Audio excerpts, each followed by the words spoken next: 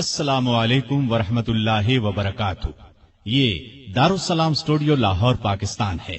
دارالسلام studio کی ایک نئی پیشکش خلفائے راشدین کا تیسرا حصہ خلیفہ راشد سیدنا عثمان غنی رضی اللہ عنہ پیش خدمت ہے۔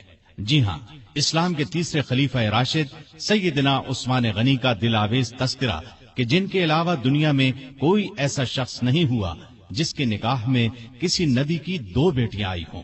اعلان نبوت سے پہلے نبی کریم صلی اللہ علیہ وسلم نے اپنی بیٹی رقیہ کو ان کے نکاح میں دیا۔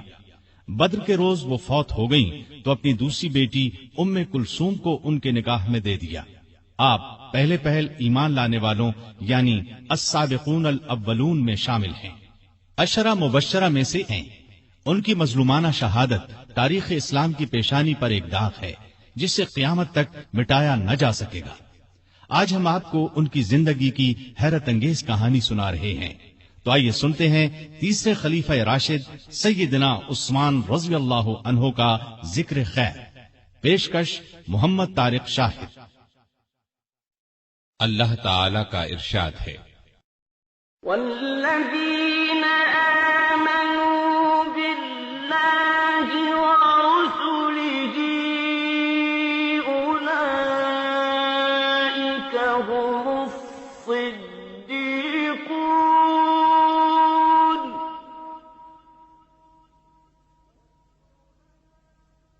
والشہداء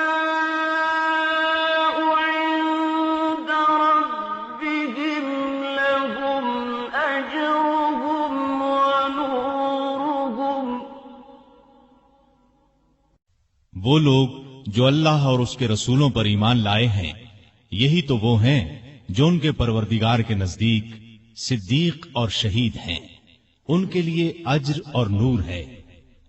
نبی کریم صلی اللہ علیہ وسلم نے ارشاد فرمایا، الہی میں عثمان سے راضی ہوں، تو بھی اس سے راضی ہو جا۔ عثمان کو آج کے بعد کوئی عمل نقصان نہیں دے گا۔ جماعت اصحاب روشن ستارے ہیں، آسمان پر موجود ستاروں کی روشنی کم و بیش ہے۔ یہی مثال صحابہ کرام رضی اللہ عنہم کی ہے، لیکن ہیں سبھی روشن۔ ان میں سب سے نمایاں، سب سے روشن اور سب سے تابناک بہرحال پہلے 4 صحابہ رضی اللہ عنہم ہی ہیں۔ یہی پہلے 4 اصحاب خلفائے راشدین ہیں۔ عشرہ مبشرہ میں بھی سب سے پہلے انہی کا نام ہے۔ اسلام کا دامن شہادتوں سے مالا مال ہے۔ اعلان نبوت کے بعد سے آج تک مسلمان اسلام کے لیے قربانیاں دیتے آئے ہیں۔ خود نبی پاک صلی اللہ علیہ وسلم کے دور میں بہت سے صحابہ شہادت سے سرفراز ہوئے۔ آج واقعہ کربلا کو شہادت کا سب سے بڑا واقعہ خیال کیا جاتا ہے۔ ایسا خیال کرنے والے سیدنا عثمان غنی رضی اللہ عنہ کی شہادت کے واقعے کو نظر انداز کر دیتے ہیں۔ سیدنا عثمان غنی رضی اللہ عنہ کی شہادت حد درجے مظلومانہ شہادت ہے۔ 40 دن تک فسادیوں نے ان کے گھر کو گھیرے رکھا۔ یہ سانحہ اس شخص کے ساتھ پیش آیا جسے نبی صلی اللہ علیہ وسلم نے دنیا میں جنتی ہونے کی بشارت سے نوازا۔ یکے بعد دیگرے اپنی 2 بیٹیاں ان کے نکاح میں دیں۔ اس کے علاوہ بھی جن کے فضائل بے شمار ہیں، وہ مسلمانوں کے تیسرے خلیفہ راشد تھے۔ اسلام کے لیے ان کی قربانیوں کی ایک طویل فہرست ہے، لیکن افسوس جب ہم تاریخ کے اوراق الٹتے ہیں تو ان کے صفحات پر اس جیسی ہستی کا بھی خون پھیلا نظر آتا ہے۔ سیدنا عثمان غنی رضی اللہ عنہ ہجری سال شروع ہونے سے 47 سال پہلے 576 عیسوی میں شہر مکہ میں پیدا ہوئے۔ ان کی پیدائش سے 6 سال پہلے ہمارے رسول کریم صلی اللہ علیہ وسلم دنیا میں تشریف لا چکے تھے۔ ماں باپ نے نام عثمان رکھا، اسی نام سے مشہور ہوئے۔ ابو عبداللہ اور ابو عمرو کنیتیں تھیں، لیکن کنیتیں مشہور نہیں ہوئی۔ مشہور لقب ذو النورین ہے، اس کا مطلب ہے 2 نوروں والا۔ چونکہ نبی کریم صلی اللہ علیہ وسلم کی 2 صاحبزادیوں سے آپ کی شادی ہوئی، لہذا آپ کو یہ لقب ملا۔ دوسرا لقب غنی ہے، بہت مالدار تھے، لیکن اپنا مال دین کی خدمت اور نیکی کے کاموں میں بے تحاشا خرچ کرتے رہتے تھے، اسی لیے غنی مشہور ہوئے۔ 5ویں پشت میں ان کا سلسلہ نسب رسول کریم صلی اللہ علیہ وسلم سے جا ملتا ہے۔ آپ کا تعلق قریش سے تھا اور قریش کے قبائل میں آپ بنو امیہ سے تھے۔ آپ کے پردادا کا نام امیہ تھا۔ نبی کریم صلی اللہ علیہ وسلم کے پردادا کا نام ہاشم تھا۔ امیہ ہاشم کے بھتیجے اور اپنے خاندان کے رئیس تھے، اس لیے یہ خاندان بنو امیہ کے نام سے مشہور ہوا۔ اس خاندان سے تعلق رکھنے والوں کو اموی کہا جاتا ہے۔ قریش کا قومی جھنڈا بنو امیہ کے پاس تھا۔ اسی طرح بنو ہاشم کے ذمے کعبے کی نگرانی کا کام تھا۔ گویا دونوں خاندان مرتبے والے تھے۔ عثمان غنی کے والد عفان نے اسلام کا زمانہ نہیں پایا۔ رسول اکرم صلی اللہ علیہ وسلم نے جس زمانے میں نبوت کا اعلان فرمایا، عفان اس سے پہلے ہی فوت ہو چکے تھے۔ والدہ کا نام اروا تھا۔ بی بی اروا کی والدہ کا نام ام حکیم بیضا تھا۔ یہ رسول کریم صلی اللہ علیہ وسلم کی پھوپھی یعنی آپ کے والد جناب عبداللہ کی سگی بہن تھی۔ اس طرح بی بی اروا آپ کی پھوپھی زاد بہن تھی اور عثمان آپ کے بھانجے تھے۔ آپ کے بچپن کے حالات تاریخ کی کتب میں بہت کم ملتے ہیں۔ اتنا ذکر ضرور ملتا ہے کہ گھر والوں نے عثمان رضی اللہ عنہ کو لکھنا پڑھنا سکھایا، اچھے آدمیوں کی طرح رہنے کی تربیت دی۔ بڑے ہوئے تو غلے کی تجارت شروع کر دی۔ بہت ایماندار تاجر تھے، کاروبار خوب چمکا، بہت دولت مند ہو گئے، لیکن انہوں نے اپنی دولت کو فضول کاموں میں خرچ نہ کیا، نیکی کے کاموں میں خرچ کرنے لگے۔ اس زمانے میں شراب پینے کا رواج تھا، بہت کم لوگ اس بری عادت سے بچے ہوئے تھے، لیکن عثمان نے کبھی شراب کو ہاتھ تک نہ لگایا۔ یہی وجہ تھی کہ قریش کے لوگ ان کی بہت عزت کرتے تھے۔ عثمان غنی رضی اللہ عنہ 34 سال کے تھے کہ رسول پاک صلی اللہ علیہ وسلم نے اپنے نبی ہونے کا اعلان فرمایا۔ ابو بکر رضی اللہ عنہ نے ان کے سامنے بھی اسلام کی خوبیاں بیان کی اور ان کے درمیان دوستی بھی تھی۔ چنانچہ اسلام کی خوبیاں سن کر ان پر فوری اثر ہوا۔ نبی صلی اللہ علیہ وسلم کی خدمت میں حاضر ہونے اور اسلام قبول کرنے پر آمادہ ہو گئے۔ ایسے میں آپ صلی اللہ علیہ وسلم خود وہاں تشریف لے آئے اور آتے ہی فرمایا، اے عثمان، اللہ کی جنت قبول کر، مجھے اللہ نے تیری اور تمام خلقت کی ہدایت کے لیے بھیجا ہے۔ یہ سنتے ہی سیدنا عثمان غنی نے فوراً کلمہ پڑھ لیا، اپنا ہاتھ رسول اللہ صلی اللہ علیہ وسلم کے ہاتھ میں دے دیا۔ یہ نبوت کا پہلا سال تھا۔ اس وقت تک صرف گنتی کے چند نیک لوگوں ہی نے اسلام قبول کیا تھا۔ ان نیک لوگوں میں عثمان غنی رضی اللہ عنہ کی خالہ سعودہ رضی اللہ عنہا بھی تھیں۔ عثمان اسلام لانے سے پہلے ایک دن ان کے ہاں گئے تو انہوں نے کہا، بھانجے، بے شک محمد صلی اللہ علیہ وسلم اللہ کے سچے رسول ہیں، ان پر قرآن نازل ہوا ہے اور وہ اللہ کی طرف بلاتے ہیں، ان کا دین قبول کرنے میں ہی بہتری ہے۔ خالہ کی باتوں کا بھی عثمان پر بہت اثر ہوا۔ اس کے بعد ابو بکر سے ان کی ملاقات ہوئی تو انہوں نے خالہ کی باتوں کا ذکر کیا۔ اس پر سیدنا ابو بکر صدیق رضی اللہ عنہ نے فوراً فرمایا، اللہ کی قسم، جو کچھ تمہاری خالہ نے کہا ہے وہ بالکل سچ ہے۔ پھر انہوں نے خود بھی اسلام کی خوبیوں کا ذکر کیا۔ عثمان غنی رضی اللہ عنہ کا دل بالکل موم ہو گیا۔ پھر جو ہی نبی صلی اللہ علیہ وسلم وہاں تشریف لائے، عثمان غنی رضی اللہ عنہ نے کلمہ پڑھ لیا۔ جناب ذوالنورین میں اس قدر خوبیاں تھیں کہ ان کے اسلام قبول کرنے کے کچھ ہی عرصے بعد رسول کریم صلی اللہ علیہ وسلم نے اپنی منجلی بیٹی رقیہ رضی اللہ عنہا کی شادی ان سے کر دی۔ اس طرح عثمان رضی اللہ عنہ رسول کریم صلی اللہ علیہ وسلم کے داماد بنے۔ نبوت کے اعلان کو جب 4 سال گزر گئے تو نبی صلی اللہ علیہ وسلم نے لوگوں کو اعلانیہ اسلام کی طرف بلانا شروع کیا۔ اس پر مکے کے مشرک آپ صلی اللہ علیہ وسلم کے اور مسلمانوں کے دشمن ہو گئے، مسلمانوں پر ظلم کے پہاڑ توڑنے لگے۔ عثمان غنی کے کافر چچا حکم بن ابی العاص کو ان کے اسلام لانے کے بارے میں معلوم ہوا تو آگ ببولا ہو گیا۔ عثمان غنی کو رسیوں سے جکڑ کر مارنے پیٹنے لگا اور ان سے کہتا کہ یہ نیا مذہب چھوڑ دو۔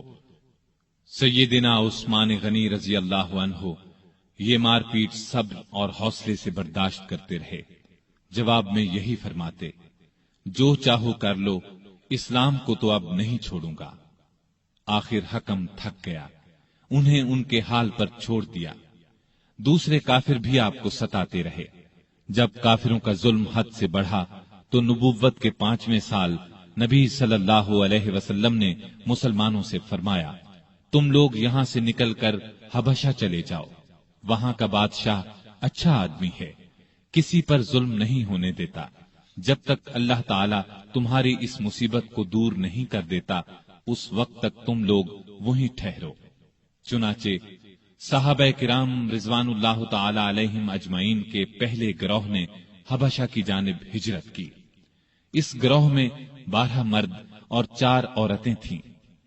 سیدنا عثمان غنی رضی اللہ عنہ ان کے امیر تھے اور ان کے ہمراہ ان کی زوجہ محترمہ رسول اللہ صلی اللہ علیہ وسلم کی صاحبزادی رقیہ رضی اللہ عنہا بھی تھیں۔ حبشہ عرب کے جنوب مغرب کی طرف سمندر پار افریقہ کے بر اعظم میں واقع ہے۔ سمندر کا نام بحیرہ قلزم ہے۔ آج کل یہ ملک ایتھوپیا کہلاتا ہے۔ اس زمانے میں حبشہ کے بادشاہ کو نجاشی کہا جاتا تھا۔ اس وقت جو بادشاہ حبشہ پر حکومت کرتا تھا وہ مذہب کے اعتبار سے عیسائی تھا، لیکن بہت نیک دل تھا اور انصاف پسند تھا۔ دوسرے مذہب کے لوگوں پر خود ظلم کرتا، نہ کسی اور کو ان پر ظلم کرنے دیتا تھا۔ سیدنا عثمان غنی رضی اللہ عنہ کی ہجرت کے بارے میں نبی صلی اللہ علیہ وسلم نے یہ الفاظ ارشاد فرمائے، ابراہیم اور لوط علیہم السلام کے بعد عثمان غنی رضی اللہ عنہ پہلے شخص ہیں جنہوں نے اپنے گھر والوں کے ساتھ ہجرت کی۔ ہجرت کے معانی ہیں جدائی یا اپنا وطن اور گھر بار چھوڑ کر کسی دوسرے ملک یا شہر میں جا بسنا۔ اسلام میں ہجرت کا مطلب ہے اپنا وطن اور گھر بار چھوڑ کر کسی دوسرے ملک یا شہر میں اس لیے جانا کہ اپنے دین کو بچایا جا سکے اور کسی ڈر یا رکاوٹ کے بغیر اللہ کی بندگی کی جا سکے۔ دین کی خاطر اپنا پیارا وطن اور گھر بار چھوڑنا بہت بڑی قربانی ہے، اس کا بہت زیادہ ثواب ہے۔ ان مسلمانوں کو ابھی حبشہ گئے 3 ماہ ہی گزرے تھے کہ ان تک یہ خبر پہنچی کہ مکے کے سبھی کافر مسلمان ہو گئے ہیں۔ یہ خبر سن کر انہیں بہت خوشی ہوئی، سب مکے کی طرف واپس پلٹے۔ عثمان غنی اور ان کی زوجہ محترمہ رقیہ بھی ساتھ تھیں۔ مکے کے پاس پہنچنے پر انہیں معلوم ہوا کہ وہ خبر غلط تھی۔ اب انہوں نے واپس حبشہ جانا مناسب نہ سمجھا۔ مکے کے سرداروں میں سے کسی نہ کسی کی پناہ حاصل کر کے مکے میں داخل ہو گئے۔ مکے میں وہی حال تھا، مسلمانوں پر خوب ظلم و ستم کے پہاڑ توڑے جا رہے تھے۔ جب ان کی سختیاں حد سے بڑھ گئیں تو اگلے سال رسول کریم صلی اللہ علیہ وسلم نے پھر ہدایت فرمائی کہ مسلمان حبشہ کی طرف ہجرت کر جائیں۔ اس مرتبہ 102 مسلمان مرد اور عورتیں حبشہ کی طرف روانہ ہوئے۔ ان میں سیدنا عثمان غنی اور سیدہ رقیہ بھی تھے۔ یہ ان کی حبشہ کی طرف دوسری ہجرت تھی۔ حبشہ پہنچ کر یہ لوگ امن اور چین کی زندگی بسر کرنے لگے۔ قریش نے اپنے آدمی حبشہ بھیج کر کوشش کی کہ نجاشی ان لوگوں کو ان کے حوالے کر دے، لیکن اس نے ایسا کرنے سے انکار کر دیا۔ اس طرح یہ لوگ کئی سال وہاں رہے۔ نبی کریم صلی اللہ علیہ وسلم کے مدینے کی طرف ہجرت کرنے سے کچھ عرصہ قبل یہ پھر مکے پہنچے۔ نبوت کے 13ویں سال رسول پاک صلی اللہ علیہ وسلم نے مسلمانوں کو ہدایت کی کہ وہ ہجرت کر کے یثرب چلے جائیں۔ یثرب مکے کے شمال میں قریباً 421 کلومیٹر دور ایک بہت پرانا شہر تھا۔ وہاں کے رہنے والے بہت سے لوگ مسلمان ہو چکے تھے۔ انہوں نے نبی کریم صلی اللہ علیہ وسلم کو یثرب آنے کی دعوت دی اور یہ عزم ظاہر کیا کہ وہ مرتے دم تک آپ کی حفاظت اور مدد کریں گے۔ ان نیک لوگوں کو اسی لیے انصار یعنی مددگار کہا جاتا ہے۔ آپ نے ان کی دعوت قبول فرمائی، لیکن خود یثرب کی طرف روانہ ہونے سے پہلے آپ نے اپنے پیارے ساتھیوں کو مدینے کی طرف ہجرت کرنے کی دعوت دی۔ اس طرح آپ کی اجازت سے مسلمانوں نے ہجرت شروع کی اور سوائے چند ایک مسلمانوں کے سب مدینے پہنچ گئے۔ عثمان اور رقیہ نے بھی اس زمانے میں مدینے کی طرف ہجرت کی۔ اس تیسری ہجرت میں ان کے ساتھ ان کے بیٹے عبداللہ بھی تھے۔ یہ حبشہ میں پیدا ہوئے تھے۔ یثرب پہنچ کر اوس بن ثابت انصاری کے مہمان بنے۔ پھر نبی کریم صلی اللہ علیہ وسلم جناب ابو بکر صدیق رضی اللہ عنہ کے ساتھ ہجرت کر کے وہاں پہنچے اور یثرب کو مدینۃ النبی کہا جانے لگا، یعنی نبی کا شہر۔ اس کے بعد صرف مدینہ نام رہ گیا۔ مدینے میں مسلمانوں کو پانی کی سخت تکلیف تھی۔ سارے شہر میں صاف اور میٹھے پانی کا صرف ایک کنواں تھا، اس کا نام بئر روما تھا۔ کنویں کا مالک ایک یہودی تھا۔ وہ پیسے لیے بغیر اس کنویں سے پانی نہیں لینے دیتا تھا۔ عثمان نے یہ کنواں مسلمانوں کے لیے خریدنا چاہا۔ یہودی فروخت کرنے پر آمادہ نہ ہوا۔ بڑی مشکل سے 12,000 درہم میں کنویں کا آدھا حصہ بیچنے پر رضامند ہوا۔ یہ اس طرح طے ہوا کہ ایک دن یہودی کی پانی لینے کی باری ہوگی، ایک دن سیدنا عثمان کی۔ جس دن سیدنا عثمان کی باری ہوتی تھی، مسلمان اتنا پانی بھر کر رکھ لیتے تھے کہ 2 دن کے لیے کافی ہو جاتا تھا۔ جب اس یہودی نے دیکھا کہ اب اسے کنویں سے کوئی فائدہ نہیں ہوتا تو اس نے کنویں کا باقی نصف حصہ بھی فروخت کر دیا۔ یہ حصہ بھی سیدنا عثمان نے خرید لیا اور سارا کنواں مسلمانوں کے لیے وقف کر دیا۔ اب کوئی روک ٹوک نہ رہی، مسلمان جس وقت چاہتے پانی لے سکتے تھے۔ آپ نے یہ کنواں مسلمانوں کے لیے 20,000 درہم میں خریدا۔ بھائی چارہ کراتے وقت نبی کریم صلی اللہ علیہ وسلم نے اوس بن ثابت انصاری کو آپ کا بھائی بنایا۔ ہجرت کے بعد آپ انہی کے ہاں اترے تھے۔ اونچے رتبے کے صحابی تھے۔ احد کی لڑائی میں شہادت پائی۔ ابتدا میں مسجد نبوی بہت چھوٹی سی تھی۔ مسلمانوں کی تعداد میں اضافہ ہوا تو نبی کریم صلی اللہ علیہ وسلم نے ارادہ فرمایا ساتھ والی زمین مسجد کے لیے خرید لی جائے۔ آپ نے اعلان فرمایا کہ کوئی ہے جو اس زمین کو خرید کر مسجد میں شامل کر دے اور بدلے میں جنت لے لے۔ اس پر سیدنا عثمان فوراً آگے بڑھے، 10,000 درہم میں زمین خرید کر مسجد کے لیے پیش کر دی۔ ہجرت کے دوسرے سال رمضان میں بدر کی لڑائی پیش آئی۔ اس وقت نبی صلی اللہ علیہ وسلم کی پیاری بیٹی اور عثمان کی زوجہ محترمہ سیدہ رقیہ رضی اللہ عنہا سخت بیمار تھیں۔ آپ صلی اللہ علیہ وسلم نے ان کی دیکھ بھال کے لیے عثمان رضی اللہ عنہ کو مدینے میں چھوڑا اور ان سے فرمایا، تمہیں اس شخص کے برابر ثواب ملے گا جو لڑائی میں شریک ہوگا۔ تم یہاں رہ کر رقیہ کی تیمارداری کرو۔ آپ صلی اللہ علیہ وسلم نے اپنے ایک اور قریبی صحابی اسامہ بن زید رضی اللہ عنہ کو بھی مدینے میں چھوڑا تاکہ وہ تیمارداری کے سلسلے میں عثمان رضی اللہ عنہ کی مدد کریں۔ جس روز بدر کا معرکہ ہوا اور مسلمانوں کو فتح نصیب ہوئی، اسی روز مدینے میں سیدہ رقیہ رضی اللہ عنہا کا انتقال ہوا۔ سیدنا عثمان غنی رضی اللہ عنہ کو سیدہ رقیہ رضی اللہ عنہا کی وفات سے بہت صدمہ پہنچا۔ نبی کریم صلی اللہ علیہ وسلم بدر سے واپس تشریف لائے۔ بیٹی کے انتقال کی اطلاع ملی، بہت صدمہ محسوس ہوا، آنکھوں سے آنسو جاری ہو گئے۔ رقیہ رضی اللہ عنہا کی قبر پر تشریف لے گئے۔ عثمان غنی رضی اللہ عنہ کو تسلی دی، مال غنیمت میں سے ایک مجاہد کے برابر انہیں حصہ دیا اور فرمایا، تمہارا ثواب بھی کسی دوسرے سے کم نہیں ہے۔ سیدہ رقیہ رضی اللہ عنہا کی وفات کے بعد سیدنا عثمان غنی رضی اللہ عنہ بہت غمگین رہنے لگے۔ کہا کرتے تھے، افسوس، رسول اللہ صلی اللہ علیہ وسلم سے میرا رشتہ ٹوٹ گیا۔ آپ صلی اللہ علیہ وسلم نے ان کی یہ حالت دیکھی تو اپنی دوسری بیٹی سیدہ ام کلثوم رضی اللہ عنہا کا نکاح ان سے کر دیا۔ یہ نکاح ہجرت کے تیسرے سال ربیع الاول کے مہینے میں ہوا۔ اس کے 2 مہینے بعد ام کلثوم رضی اللہ عنہا کی رخصتی ہوئی۔ ہجرت کے تیسرے سال شوال کے مہینے میں غزوہ احد پیش آیا۔ اس لڑائی میں سیدنا عثمان غنی رضی اللہ عنہ نے شرکت کی۔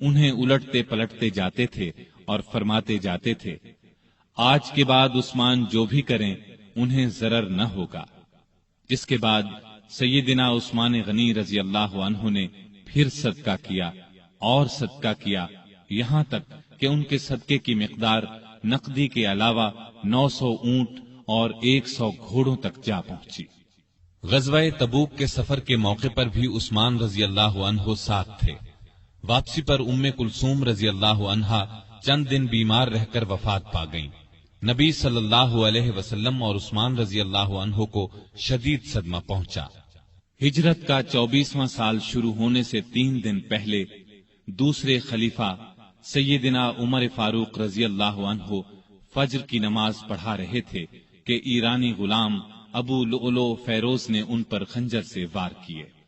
اس پر وہ سخت زخمی ہو گئے۔ جب انہیں بچنے کی کوئی امید نہ رہی تو 6 صحابہ کے نام تجویز کیے اور فرمایا کہ ان میں سے کسی ایک کو خلیفہ چن لینا۔ ان 6 صحابہ کے نام یہ ہیں: عثمان، علی، طلحہ، زبیر، عبد الرحمن بن عوف اور سعد بن ابی وقاص رضی اللہ عنہم۔ سیدنا عمر فاروق رضی اللہ عنہ نے 1 محرم کو وفات پائی۔ اس کے بعد 2 دن تک خلافت پر بات ہوتی رہی۔ آخر سیدنا عثمان غنی رضی اللہ عنہ کو خلیفہ چن لیا گیا۔ خلافت کے وقت عمر 70 برس سے زیادہ تھی۔ اپنی شہادت تک تقریباً 12 سال خلیفہ رہے۔ اس عرصے میں کئی نئے ملک اور علاقے فتح ہوئے۔ اسلامی حکومت کا رقبہ لاکھوں مربع میل بڑھ گیا۔ ایک شاندار بحری بیڑا تیار ہوا۔ ان کے زمانے میں آذربائیجان سیدنا خالد بن ولید رضی اللہ عنہ کے ہاتھ پر دوبارہ فتح ہوا۔ اسی طرح آرمینیا فتح ہوا۔ 27 ہجری کو سیدنا عبداللہ بن سعد بن ابی سرح رضی اللہ عنہ نے افریقہ پر چڑھائی کی۔ اس طرح طرابلس، قبرص، تبرستان اور جرجان کے علاقے فتح ہوئے۔ 29 ہجری میں تو گویا فتوحات کا سیلاب ہی آ گیا۔ کچھ علاقوں نے عمر رضی اللہ عنہ کی شہادت کے بعد بغاوت شروع کر دی تھی، ان کو بھی دوبارہ فتح کیا گیا۔ چنانچہ فارس، مرو، بلخ اور ہرات تک سارے علاقے فتح کر لیے گئے۔ سیستان، تخار، ترکستان فتح ہوئے۔ ترکستان ایران اور چین کے درمیان واقع ہے۔ طالقان، فاریاب اور جزجان کو سخت لڑائیوں کے بعد فتح کیا گیا۔ بہت سے علاقے اسلام کے پرچم تلے آ گئے، یہاں تک کہ اسلامی حکومت کی سرحد چین کی سرحد سے جا ملی۔ ایک سالار عبد الرحمن بن سمرہ رضی اللہ عنہ بلوچستان تک آ پہنچے اور اس کے بڑے حصے پر قبضہ کر لیا۔ اس زمانے میں بلوچستان نام کا کوئی صوبہ نہیں تھا۔ اس علاقے کو سندھ کا حصہ سمجھا جاتا تھا۔ پھر پورے ایران کو فتح کر لیا گیا۔ کابل سمیت وہ تمام علاقے اسلامی حکومت میں شامل ہو گئے جو آج کل افغانستان، بلوچستان اور وسط ایشیا کا حصہ ہیں۔ ایران میں آئے دن بغاوتیں ہوتی رہتی تھیں۔ اس کی وجہ یہ تھی کہ ایران کا آخری آتش پرست حکمران یزدگرد ابھی زندہ تھا۔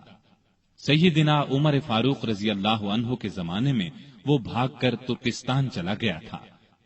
سیدنا عثمان غنی رضی اللہ عنہ کے دور میں وہ خراسان اور پھر سیستان پہنچا۔ مسلمانوں کے خلاف بغاوت کی، لیکن اسلامی لشکر نے دونوں جگہ اس کی بغاوت کو کچل دیا۔ خود یزدگرد ایک پن چکی والے دیہاتی کے ہاتھوں مارا گیا۔ یہ واقعہ عثمان غنی رضی اللہ عنہ کی خلافت کے 8ویں سال پیش آیا۔ اس کے بعد ایران میں بغاوتوں کا سلسلہ رک گیا۔ اس کے بعد روم کے بادشاہ کانسٹینس نے شام اور مصر پر حملے کا ارادہ کیا۔ وہ 500 جنگی جہازوں کے بحری بیڑے کے ساتھ اسلامی ساحلوں کی طرف بڑھا، لیکن اسلامی لشکر نے اسے زبردست لڑائی کے بعد شکست فاش دی۔ رومی دم دبا کر بھاگے۔ بھاگنے والوں میں ان کا بادشاہ بھی تھا۔ اس جنگ کو مستولوں والی جنگ کہا جاتا ہے۔ اس طرح رومیوں کا غرور خاک میں مل گیا۔ رومی بحری بیڑے کا روب ہمیشہ کے لیے خاک میں مل گیا۔ سمندری لڑائی میں مسلمانوں کی یہ جیت سیدنا عثمان غنی رضی اللہ عنہ کی خلافت کے زمانے کا اتنا عظیم الشان کارنامہ ہے کہ ہم اس پر فخر کر سکتے ہیں۔ سیدنا عثمان غنی رضی اللہ عنہ کے زمانے کی فتوحات دو قسم کی ہیں۔ سیدنا عمر رضی اللہ عنہ کے زمانے میں جو علاقے فتح ہوئے تھے ان میں سے کچھ باغی ہو گئے تھے۔ سیدنا عثمان غنی رضی اللہ عنہ کے دور خلافت میں ان علاقوں کو پھر سے فتح کیا گیا۔ اس طرح ان علاقوں پر دوبارہ اسلام کا جھنڈا لہرانے لگا۔ ان میں آذربائیجان، آرمینیا، ہمدان، رے، خراسان اور اسکندریہ وغیرہ کی بغاوتوں کا کچلا جانا شامل ہے۔ دوسری قسم کی فتوحات وہ ہیں جو مسلمانوں نے نئے علاقے فتح کیے۔ ان میں افریقہ یعنی طرابلس، مراکش، الجزائر، تیونس کے علاقے، نیز ان کے علاوہ قبرص، طبرستان، جرجان، افغانستان، ترکستان اور قفقاز وغیرہ فتح ہوئے۔ قفقاز کو کوہ قاف بھی کہا جاتا ہے۔ ایران کے بہت سے علاقے عمر رضی اللہ عنہ کے دور میں فتح ہو چکے تھے، کچھ باقی تھے، مثلا طوس، بیحق، نیشاپور، بلخ وغیرہ۔ یہ سب سیدنا عثمان غنی رضی اللہ عنہ کے زمانے میں فتح ہوئے۔ بحری بیڑے کی فتح کے بعد مسلمان بحیرہ روم پر چھا گئے، دنیا کی ایک زبردست بحری طاقت بن گئے۔ شام کے والی سیدنا امیر معاویہ نے سیدنا عثمان کی توجہ اس طرف دلائی کہ ہمیں ہر وقت رومیوں کی طرف سے بحری حملے کا خطرہ رہتا ہے، ان کے مقابلے کے لیے ہمارے پاس بھی بحری بیڑا ہونا چاہیے۔ اس پر انہوں نے بحری بیڑا تیار کرنے کا حکم دیا۔ سیدنا امیر معاویہ نے مصر کے والی عبداللہ بن سعد کے ساتھ مل کر ایک عظیم الشان بحری بیڑا تیار کیا، جس میں کئی 100 جنگی جہاز تھے۔ جہاز بنانے کا پہلا کارخانہ مصر میں قائم ہوا۔ بحری بیڑے کے ساتھ بحری فوج بھی قائم کی گئی۔ اس بیڑے کا نصف حصہ شام اور نصف مصر کے ساحل پر رہتا تھا۔ جلد ہی مسلمانوں کی بحری طاقت اس قدر بڑھ گئی کہ انہوں نے قبرص کے جزیرے کو فتح کر لیا۔ پھر مستولوں والی لڑائی میں رومی بحری بیڑے کو شکست دی۔ یہ شکست اس قدر زبردست تھی کہ پھر مدت دراز تک رومیوں کو اسلامی ملکوں پر حملہ کرنے کی جرت نہ ہوئی۔ سیدنا عثمان نے اپنے زمانے میں رفاع عامہ یعنی عام لوگوں کی بھلائی کے بے شمار کام کیے۔ ان میں سے کچھ یہ ہیں: نجد کے راستے پر ایک شاندار سرائے بنوائی، اس کے ساتھ ایک چھوٹا سا بازار بسایا، میٹھے پانی کا ایک کنواں کھدوایا۔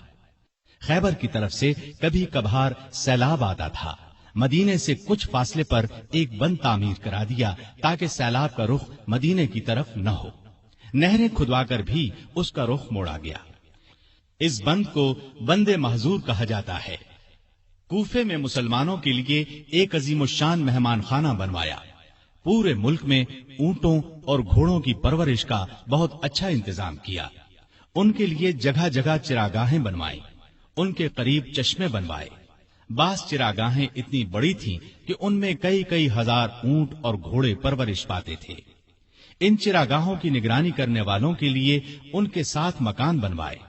مدینے کی طرف آنے والے تمام راستوں کو اچھے طریقے سے بنوایا تاکہ مسافروں کو کوئی تکلیف نہ ہو۔ ان پر جگہ جگہ چوکیاں اور سرائیں بنوائیں، چشموں کے پانی کا انتظام کیا، سڑکیں بنوائیں، ندی نالوں اور دریاؤں پر پل بنوائے، مختلف شہروں میں مساجد تعمیر کروائیں۔ آپ کے زمانے میں مدینے میں ایک بڑا بیت المال تھا۔ اس کے علاوہ ہر صوبے میں ایک بیت المال ہوتا تھا۔ یہ گویا سرکاری خزانے تھے۔ ان سے حقداروں کو حق دیا جاتا، محتاجوں کی مدد کی جاتی۔ بے شمار نئے علاقے فتح ہونے کی وجہ سے ملک کی آمدنی بہت بڑھ گئی تھی۔ چنانچہ جن لوگوں کو بیت المال سے وظیفے ملتے تھے ان میں 100 درہم کا اضافہ کر دیا گیا۔ رمضان میں امہات المومنین یعنی امت کی ماؤں کو 2 درہم روزانہ، جبکہ دوسرے لوگوں کو 1 درہم بیت المال سے دیا جاتا تھا۔ اس کے علاوہ انہیں کھانا بھی دیا جاتا۔ مقدمات کا فیصلہ کرنے کے لیے جگہ جگہ قاضی مقرر تھے۔ قاضی عالم لوگوں کو مقرر کیا جاتا تھا، انہیں معقول تنخواہیں دی جاتی۔ قاضی حاکم کے ماتحت نہیں ہوتے تھے، اس طرح وہ ہر مقدمے کا فیصلہ قرآن اور حدیث کے مطابق کرتے تھے. ان پر کسی کا کوئی دباؤ نہیں ہوتا تھا. بڑے بڑے شہروں میں مفتی بھی تھے. قاضی حضرات کو کسی مسئلے میں کوئی مشکل پیش آتی تو وہ مفتیوں سے فتویٰ طلب کرتے، ان کے فتووں کے مطابق فیصلہ کرتے. حکومت کے کاموں میں سیدنا عثمان بڑے بڑے بزرگ صحابہ سے مشورے لیتے تھے. آپ ساری زندگی اپنے مال سے دین کی خدمت کرتے رہے. ایک خدمت یہ تھی کہ تمام مسلمانوں کو قرآن پاک کی ایک قرات پر جمع کر دیا، حرم شریف میں توسیع کروائی، ارد گرد کے مکانات خرید کر یہ کام کروایا.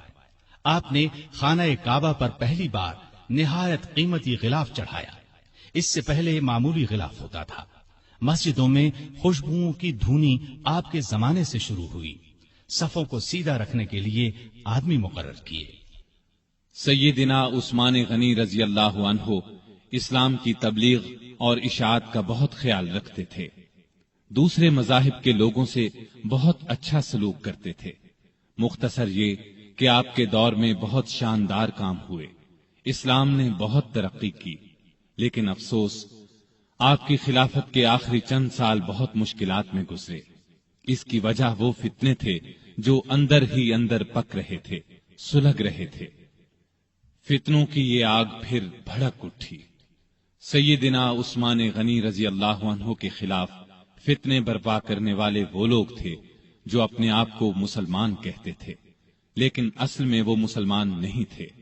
انہوں نے مسلمانوں کا روپ دھار لیا تھا، اور یہ روپ انہوں نے دھارا ہی اس لیے تھا کہ مسلمانوں کی جڑوں کو کھوکھلا کریں، ان کے خلاف سازشیں کریں، فتنے جگائیں، انہیں آپس میں لڑا دیں تاکہ مسلمان کمزور سے کمزور ہوتے چلے جائیں.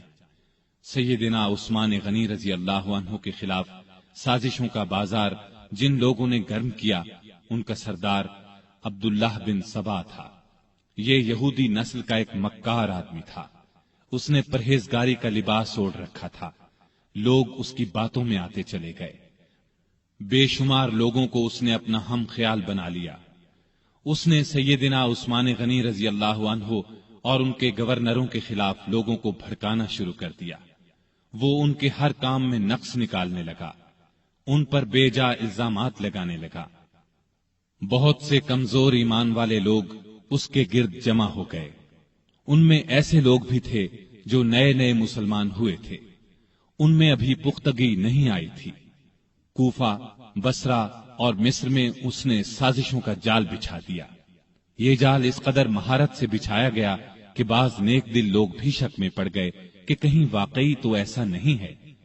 ایسے لوگوں میں بھی بے چینی پھیل گئی. پھر بے چینی کی یہ لہر مدینے کے لوگوں تک جا پہنچی.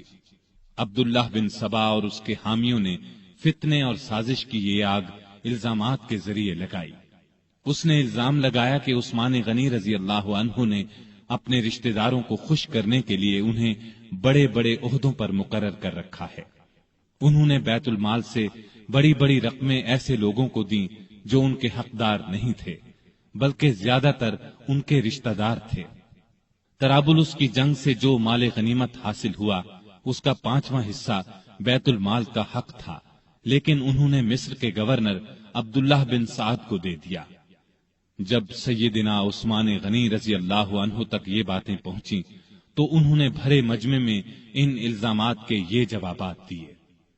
میں نے ان لوگوں کو خوش کرنے کے لیے نہیں بلکہ لائق، بہادر اور بھروسے کے قابل سمجھ کر اونچے عہدوں پر مقرر کیا ہے.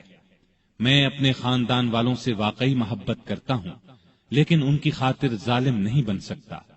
میں ان کے صرف وہی حق ادا کرتا ہوں جو واجب ہیں.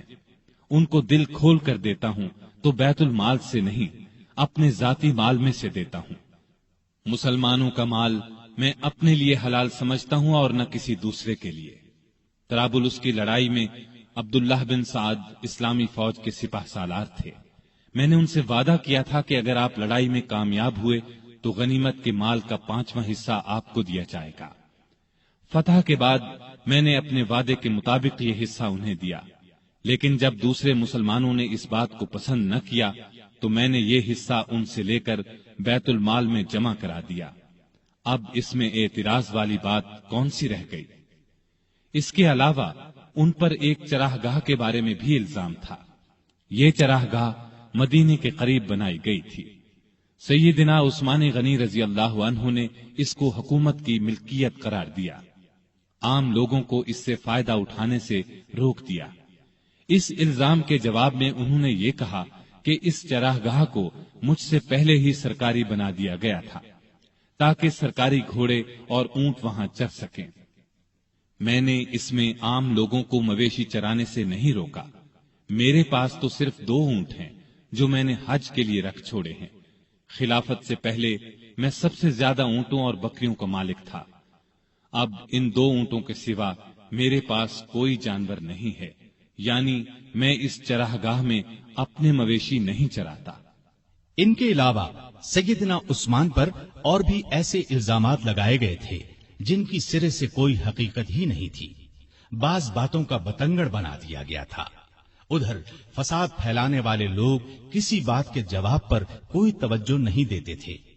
ان کی تو بس ایک ہی ضد تھی کہ سیدنا عثمان کو خلیفہ نہ رہنے دیا جائے۔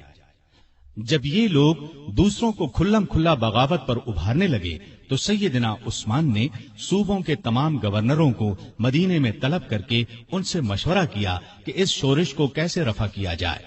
بعض نے رائے دی کہ فساد پھیلانے والوں کو سخت سزائیں دی جائیں، لیکن سیدنا عثمان بہت نرم مزاج تھے، ایسا کرنا پسند نہ کیا۔ دوسری کسی رائے پر بھی اتفاق نہ ہو سکا۔ سارے گورنر اپنے اپنے علاقوں کی طرف واپس روانہ ہو گئے۔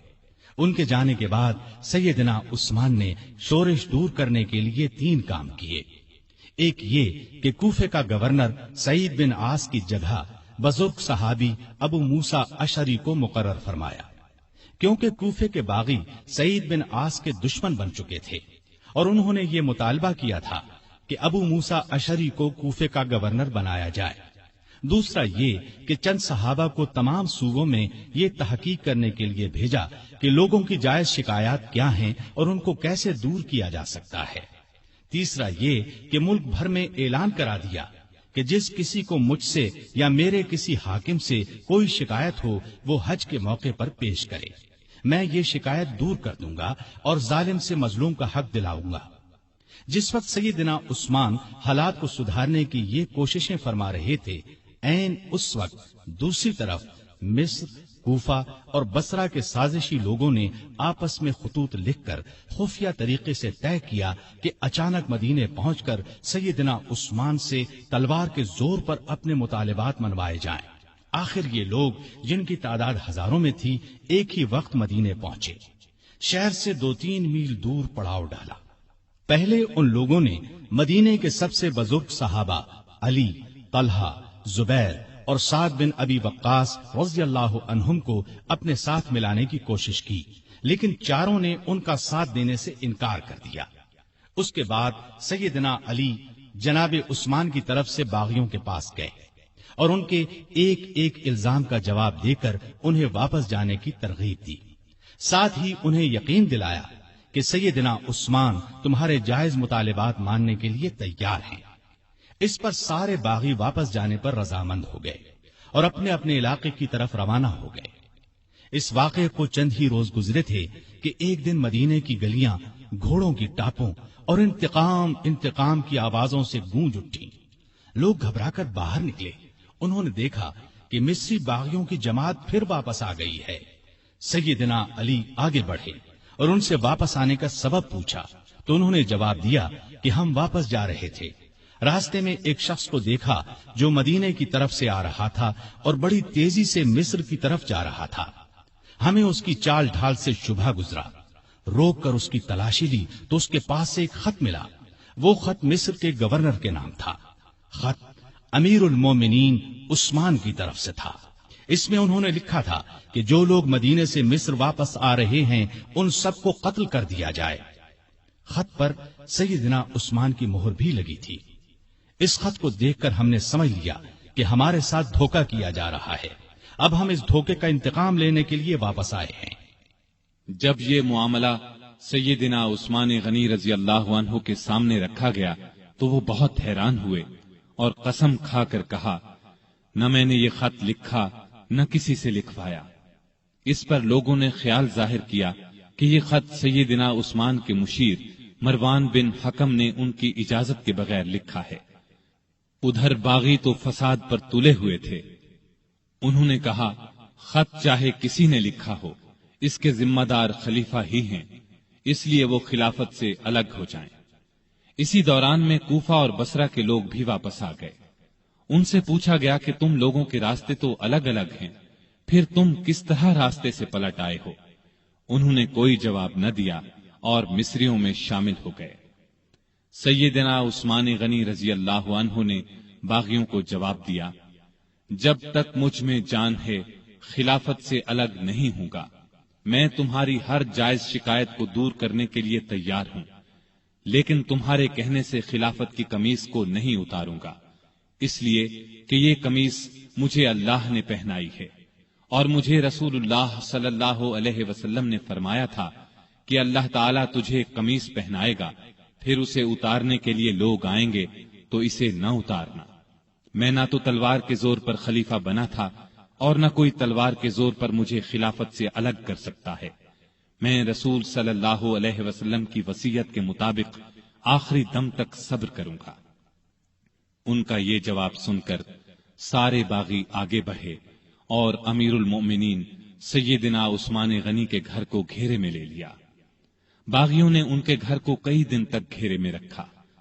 ان دنوں میں ان ظالموں نے بہت گھٹیا حرکات کی، ان کے گھر میں پانی اور خوراک تک جانے سے روک دیا۔ ایک روز ام المؤمنین سیدہ ام حبیبہ رضی اللہ عنہا نے کھانے پینے کی کچھ چیزیں لے کر سیدنا عثمان غنی تک جانے کی کوشش کی، لیکن ظالم باغیوں نے ان کی بے ادبی کی اور آگے نہ جانے دیا۔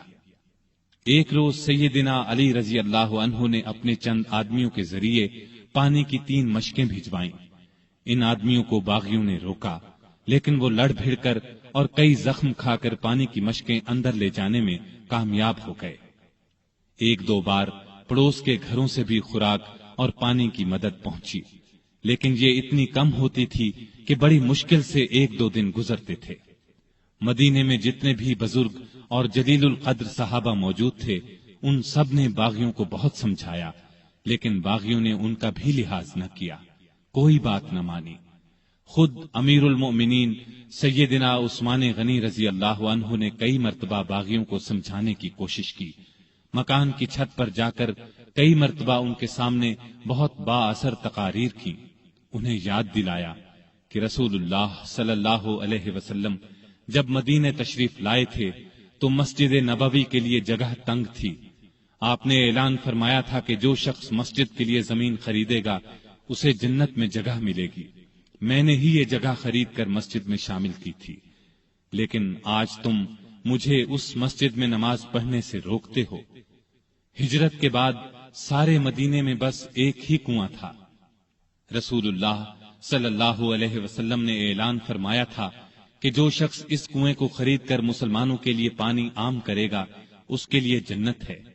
کیا تمہیں علم نہیں ہے کہ میں نے ہی یہ کنواں خرید کر مسلمانوں کے حوالے کیا تھا، لیکن آج تم نے مجھ پر اس کا پانی بند کر دیا ہے۔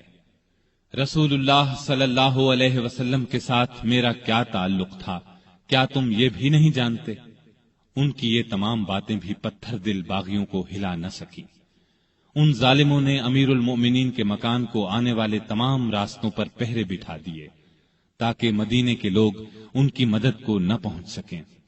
پھر بھی 700 بہادر مسلمان ہتھیار لگا کر کسی نہ کسی طرح سیدنا عثمان غنی رضی اللہ عنہ کے پاس پہنچ گئے اور امیر المؤمنین سے کہا، اگر آپ اجازت دیں تو ہم ان باغیوں سے لڑیں۔ اس پر عثمان غنی رضی اللہ عنہ نے فرمایا، میں تم لوگوں کو اللہ کا واسطہ دیتا ہوں کہ کوئی شخص میرے لیے اپنا خون نہ بہائے۔ اس پر چند نوجوانوں کے سوا نہ چاہتے ہوئے بھی باقی لوگ واپس چلے گئے۔ سیدنا عثمان غنی رضی اللہ عنہ نے یہ بھی پسند نہ فرمایا کہ رسول اللہ صلی اللہ علیہ وسلم کے شہر کو چھوڑ کر کسی دوسرے شہر چلے جائیں۔ وہ تمام مصیبتیں صبر اور شکر سے برداشت کرتے رہے، لیکن گوارا نہ کیا کہ لوگ ان کی خاطر ایک دوسرے کا خون بہائیں۔ ادھر مدینے میں یہ ہو رہا تھا، ادھر مکے میں حج ہو رہا تھا، اکثر لوگ حج کے لیے گئے ہوئے تھے۔ باغی بھی یہ سوچ رہے تھے کہ حج کے بعد لوگ مدینے کا رخ کریں گے اور موقع ہاتھ سے نکل جائے گا، چنانچہ وہ سیدنا عثمان کے قتل کا مشورہ کرنے لگے۔ سیدنا عثمان کو ان کے ارادے کی خبر ہوئی تو انہوں نے مکان کی چھت پر کھڑے ہو کر باغیوں کے سامنے یہ تقریر کی: لوگو، آخر تم مجھے کس جرم میں قتل کرنا چاہتے ہو؟ اسلام 3 صورتوں کے علاوہ کسی مسلمان کے قتل کرنے کی اجازت نہیں دیتا، یا تو وہ اسلام لانے کے بعد اس سے پھر جائے، یا شادی کے بعد بدکاری کرے، یا کسی کو جان بوجھ کر قتل کرے۔ اللہ کی قسم، میں نے ان تینوں میں سے کوئی گناہ نہیں کیا، پھر تم میرے خون کے پیاسے کیوں ہو؟ باغیوں پر اس تقریر کا بھی کوئی اثر نہ ہوا۔ انہوں نے 18 ذوالحج 35 ہجری کو امیر المومنین کے مکان پر حملہ کر دیا۔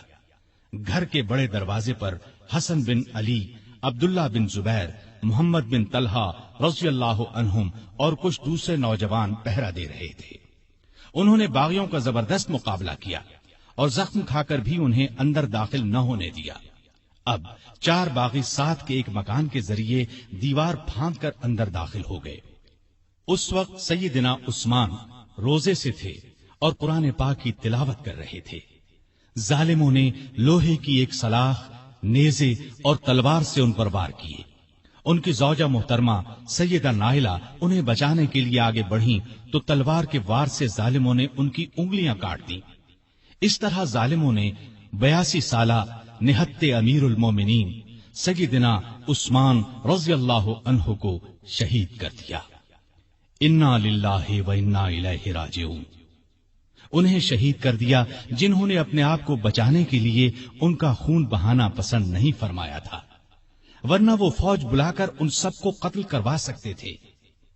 ان کا خون قرآن کے ان الفاظ پر گرا: فَسَيَكْفِيكَهُمُ اللَّهُ۔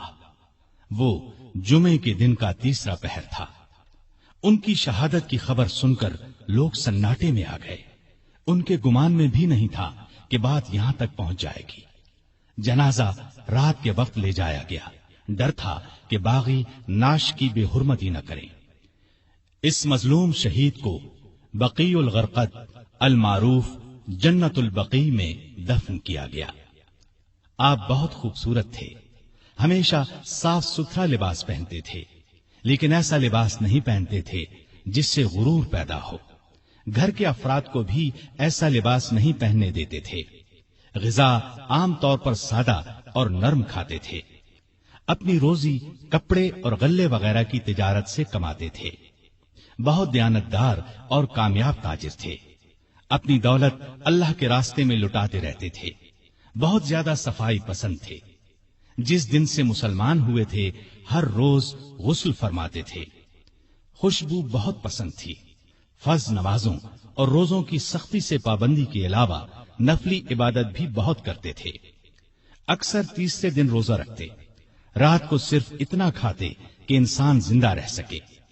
بعض اوقات تو ساری رات عبادت میں گزار دیتے۔ قرآن مجید کی تلاوت کا بہت زیادہ شوق تھا۔ تلاوت کے بغیر کوئی دن نہ گزرتا تھا۔ ہر سال حج کے لیے جاتے، آخری سال باغیوں کے محاصرے کی وجہ سے نہ جا سکے۔ لکھنا پڑھنا جانتے تھے، وحی کی کتابت بھی کرتے تھے۔ وحی نازل ہوتی تو اکثر نبی کریم صلی اللہ علیہ وسلم انہیں لکھنے کے لیے بلاتے۔ قرآن کے بہت بڑے عالم اور حافظ تھے۔ رسول اللہ صلی اللہ علیہ وسلم کی 146 احادیث آپ کے ذریعے سے امت تک پہنچی۔ شریعت کے مسائل سے بخوبی واقف تھے۔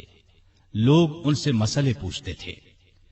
نبی کریم صلی اللہ علیہ وسلم کی دوسری بیٹی سیدہ ام کلثوم کی وفات کے بعد آپ نے کچھ اور نکاح بھی کیے۔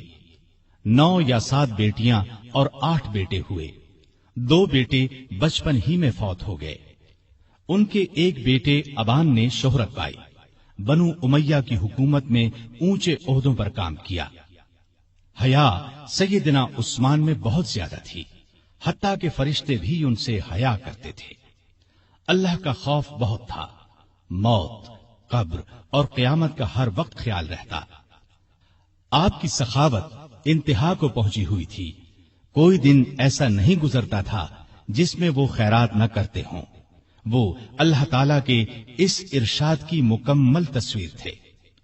جو لوگ ضرورت مندوں کے لیے دل کو تنگ کیے بغیر اپنا مال خرچ کرتے ہیں وہی کامیاب ہیں۔ سیدنا عثمان غنی رضی اللہ عنہ نے بئر روما خرید کر مسلمانوں کے لیے عام کر دیا، مسجد نبوی کی توسیع کے لیے زمین خریدی۔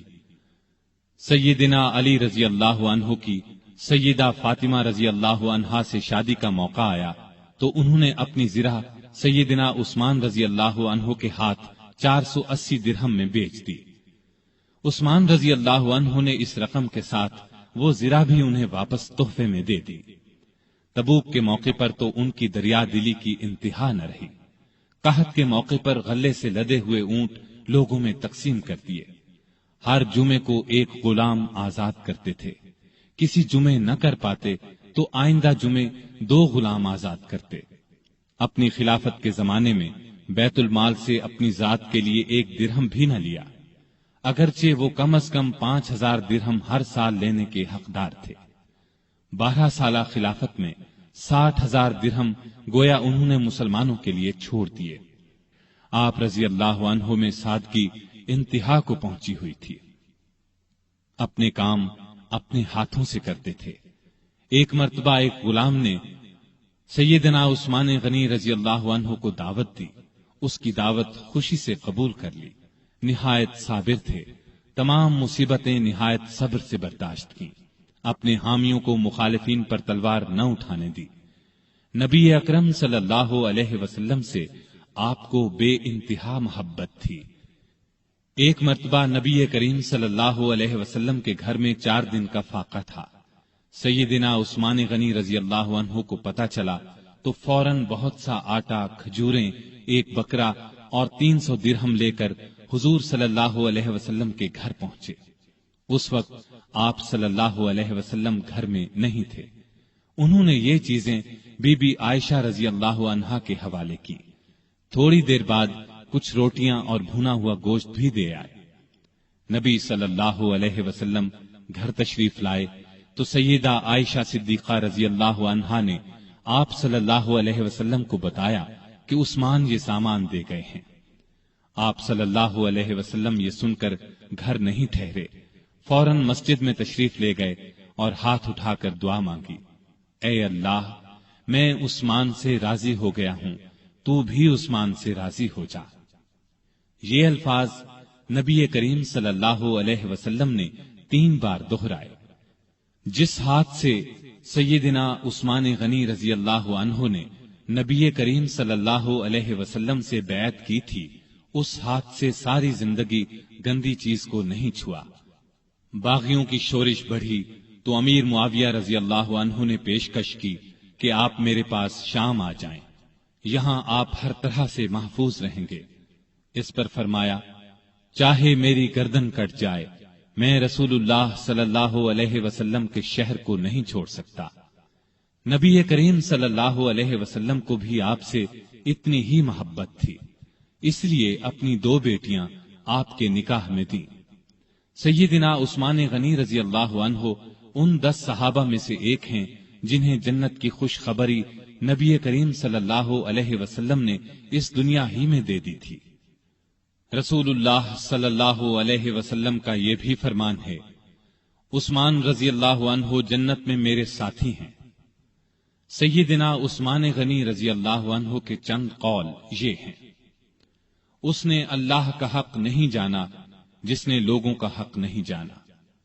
حقیر سے حقیر پیشہ اختیار کرنا ہاتھ پھیلانے سے بہتر ہے۔ غریب کا 1 روپیہ خیرات کرنا دولت مند کے 1 لاکھ روپے خیرات کرنے سے بہتر ہے۔ اپنے رب کے سوا کسی سے امید نہ رکھو، گناہ کسی نہ کسی صورت دل کو بے قرار رکھتا ہے۔ سب سے برا آدمی وہ ہے جو لوگوں کی برائیاں بیان کرتا پھرے۔ اللہ تعالی سیدنا عثمان غنی رضی اللہ عنہ پر رحمتیں نازل فرمائے، آمین۔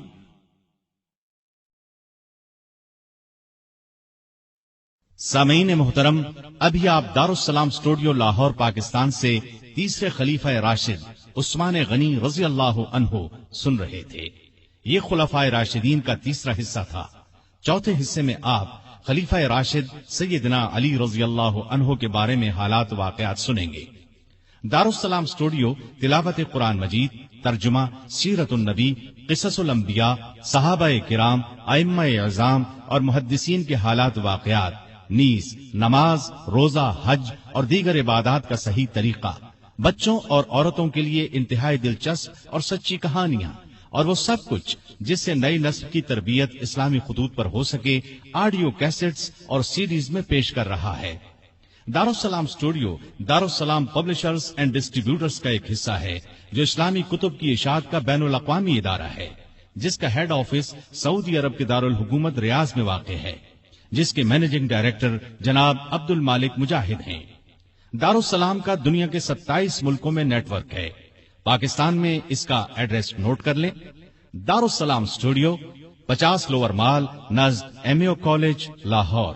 فون 724-0024 723-2400 اور 712-0054، فیکس 735-4072۔ یہ پیشکش تھی محمد طارق شاہد کی۔ اللہ حافظ۔